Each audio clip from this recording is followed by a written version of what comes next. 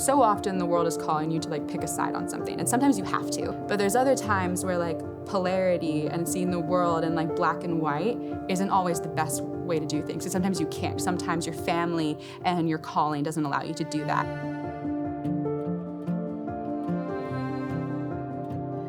I'm from Lincoln City, Oregon, which is a small town on the Central Oregon coast. I am a biblical studies major, and it seems like a really basic thing to start off with when like talking about like, oh, who are you? But those are really important things to me. The way that I told my parents that I was coming to George Fox and that I was going to be a biblical studies major was by not telling them. So senior night for cheerleading, they like do that thing when they're like, oh, and this is Jenna Richards, and she's going to, and they like say the things that you're going to be doing after high school. My parents were and are divorced, and so this is like the first time in a long while that they're like standing on either side of me. I was like, this is weird. And I'm like sitting there and they're like announcing, this is Jenna Richards, and she is going to be going to George Fox University to study biblical studies. And they both just like turned and looked at me, and I just like kept my eyes like straight forward, and I was like, that is what I am doing, and I didn't tell any of you. I remember sitting in the very first Tuesday chapel, and every single year that first Tuesday chapel is convocation. And I saw this man walk down, and his robe was like bright red. And it's the guy that ended up being my advisor, Dr. Brian Derrick, who I ended up also working as a teaching assistant for 3.5 years. Brian taught me a lot about what does it mean to like create a classroom that is a vessel of hospitality, and what does it mean to administer in a way that like cares for people and listens to people and helps them to learn. Like in times of a lot of struggle, going to him and being affirmed and no, like you're fully capable of doing this. Your voice and your thoughts are important and valid and needed in this field. He's been a great champion of mine, and I'm extremely grateful for that.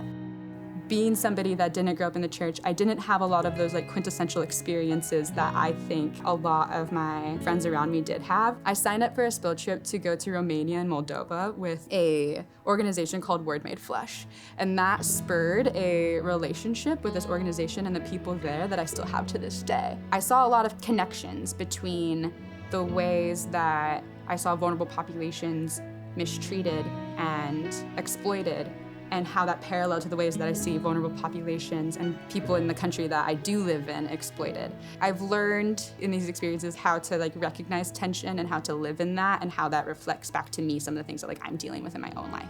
One of the biggest things that has like come out of my experiences both in the classroom and abroad is like, what is my duty as a white passing Native American, and my responsibility as somebody who can walk through day-to-day life with the privilege of being white, but understanding that my heritage and the people that came before me did not have those same privileges. One of the reasons why I got involved in feminist theology is because of what my relationship with my mom did for me in my life and my story. I didn't have the best relationship with her. When a young female says like, oh, like I've separated myself from a relationship with a man, we praise her, we're like, yes, like you did it. But when a young woman tells people, I have like separated myself from having a relationship with my mom, you're not met with the same kind of like, go you.